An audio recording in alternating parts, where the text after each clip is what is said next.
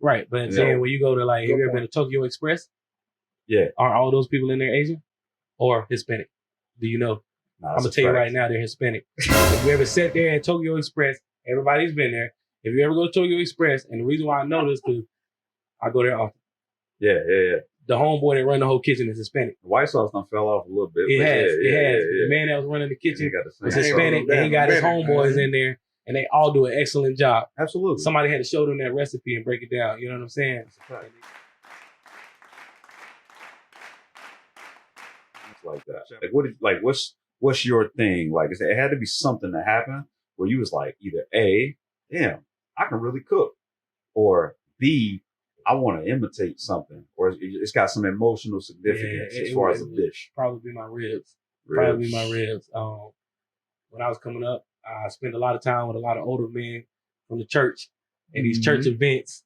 And a lot of times to keep me out of trouble, they kept me on the grill or early in the morning helping them cook for whatever we finna cook. Matter of fact, some smart dudes. Hey man, quit messing with that stuff back there. Bring it over here and cook. You feel me? Yeah. So early, I kid you not, bro, we would have to go feed we would have to go feed the homeless people at the homeless shelter over there off of Centennial? Yes. It was like once a month for my church. So we would have to Open Doors Ministries. Yes. So what they would do is they would get me when I'm young to meet whoever's going to cook the chicken or what have you on the grill. Yeah. It was a typical older person at their crib. I had to go there 5, 6 o'clock in the morning, and we laid out the whole grill, putting these quarter legs chicken on the grill and be up there for like 4 or 5 hours. So that just interpreted it into like, oh, what else can I cook? Yeah. What else can I put on this grill? You know what I'm saying? And I'm talking like big double grills, bro. That's funny, man. It's full funny. of all types of stuff. It's funny how like the men we respect, like when they give us something to do and something to aim at, we end up taking that with us forever. Yes. Like when I was growing up, the men around me was all talking about sports. Yeah. So I naturally took a liking to sports. Right. Like sports, debates. Yeah. I've been cooking Mm-hmm. Bobby in debates ever since. He should be black right now. I mean, cooking smoke coming out of Bobby, that's debatable. It's debatable. Ain't no way, bro. You're right, though, no bro. way, You never realize what somebody instilling in you throughout the years. And then the older I got, I just found myself in the fast food industry. Yeah. Over time, I'm just like, bro, I do the same thing every single day. I'm cooking this food. I'm getting customers to come in here, cooking this food a specific type of way for them. Yeah. It's somebody else's recipe, but I'm cooking it for somebody that comes in here every single day that want me to cook it their way. Right. Why I can't put that same interpretation into something I can do myself. What's dope is I can tell you got that love for it. Nah, like I legit. It's natural, yeah. When I was listening to that, I don't know if y'all heard that, but it almost sounded like you listening to an art museum. Oh, it's crazy you said that. It's crazy. So it's crazy, Chef Bruh. It's an actual experience, and that's what we try to focus on when I speak to my clients. You're not getting Chef Bruh the chef. You're getting Chef Bruh the experience. And the reason why we focus on that is because soul food is what I find is a delicacy in the South that is slowly but surely disappearing. The roots of where we started from and the way that we was taught back in the day are slowly starting to disappear simply because our ancestors or our family members that was teaching us back then are gone. And they didn't teach us in enough time. We didn't pay attention or we didn't want to learn.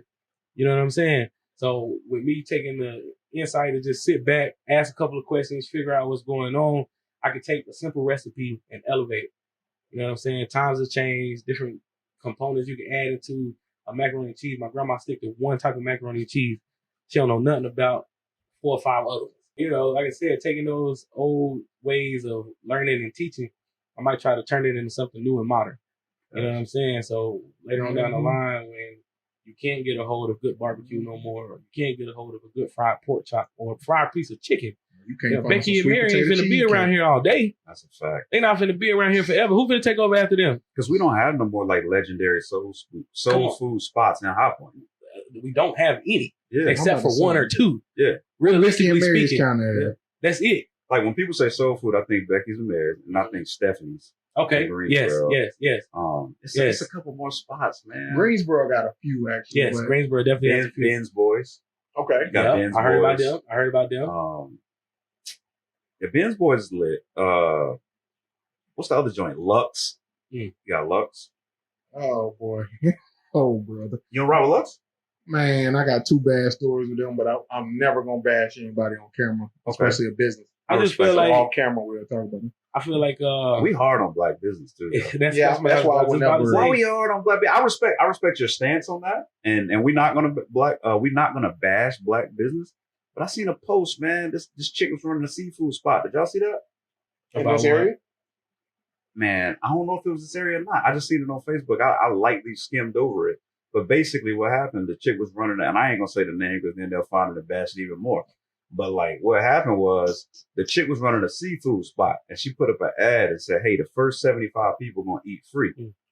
So they fed 82 people and ran out. But the people who was in line assumed that they was a part of the first 75 and was disgruntled because they didn't get the free meal because the girl had to go re-up on her inventory. And people just took to the internet. This is why you can't support black business. This is why you can't support black business. And what just she do? Yeah. So the chick responded and was like, yeah, we ran out of inventory. I apologize. But instead of 75 people, we fed 82 actually. And that's expensive. Yes. I know you low down, dirty, scoundrel ass, employee ass motherfuckers don't know how much it costs to execute some of this stuff, you know, but it cost a lot to feed 75 people. So that was a gracious, notion, a gracious gesture. And then they shitted on her. Can we actually talk about her? Like that's. I think that's very commendable. I don't know who you are. I didn't see the post. Yeah, I think the name of the joint was Quay Seafood. Quay Seafood was the name. Okay. Of the chick. She was like running like a food truck. Big facts. And shout out to her, yo. She handled it eloquently. Like I'm gonna put the post up on the screen so y'all can read it. But like she handled it eloquently. Like she didn't curse. She didn't kill him. That's why I'm more so on the exclusive tip. Yeah. It's a need to know type basis. I want to put myself in the same category as Gordon Ramsay, Emeril Lagasse, all of them. You know what I'm saying? Later on down the future, but you got to set that tone. Absolutely. And I feel like one of the issues that I come across as I call it a 5-star chef, if you will. I may not have 5-star quality from your perspective. Yeah. You know what I'm saying? But I can go to a Gordon Ramsay restaurant, eat something there, and I might not like it. They don't take the credit away from Gordon Ramsay for what he is capable of doing. 5 stars perception anyway. Thank you.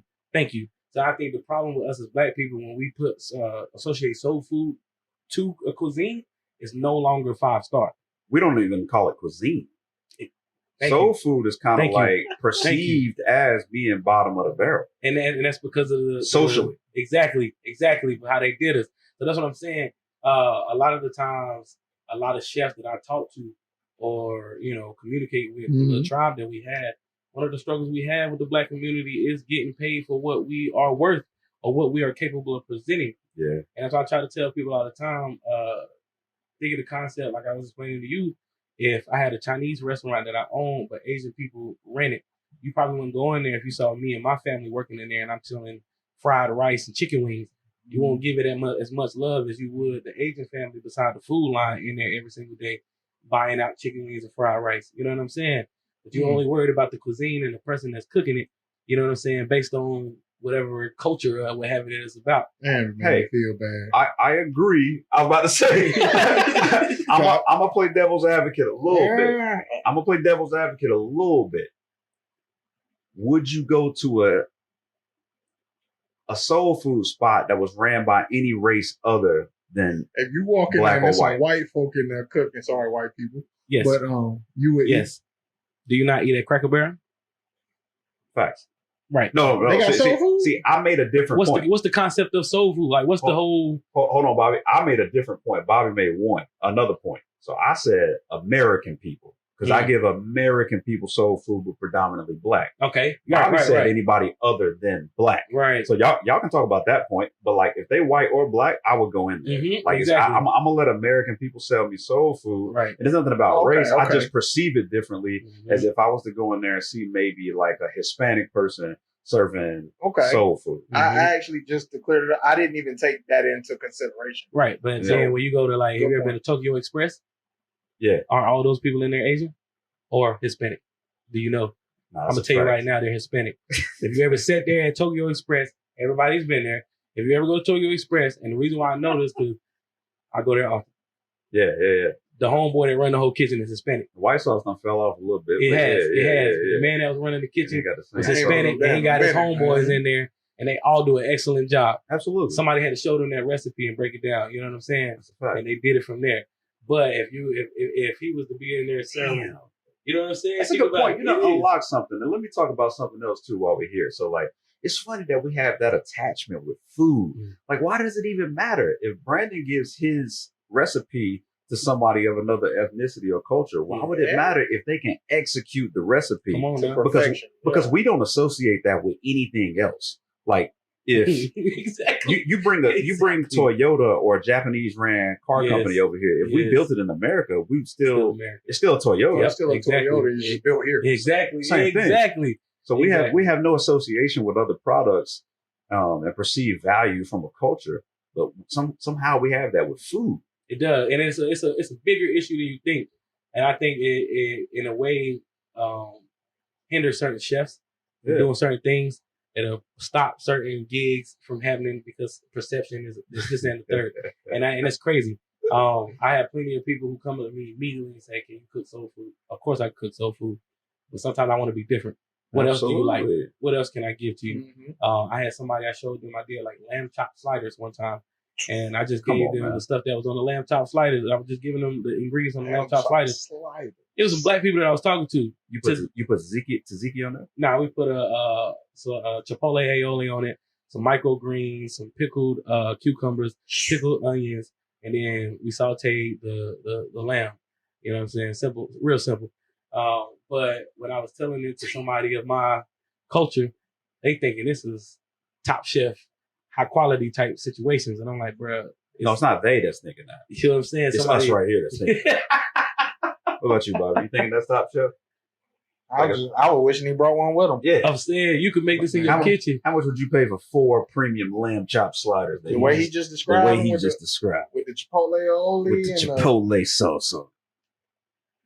I pay about $7 a piece for them. Yeah, that's probably about 8 to 10 a piece is what they're going for. That lamb is ridiculous on the price. Lamb is hot. It is. But then you also talk about the quality of what you're doing as a chef to put into this. I also tell people, if you finna get your car fixed and you driving a BMW, you're not finna go to Uncle Craig to fix your BMW. You're gonna need to take it to a BMW shop to really get the full aspect of everything that needs to be done on this car. So think of me as the same. You're not finna come to me to get no regular Chick-fil-A recipe or a regular Popeyes recipe for some chicken. You want something really, really fine and extra. So that's why we give the taste test.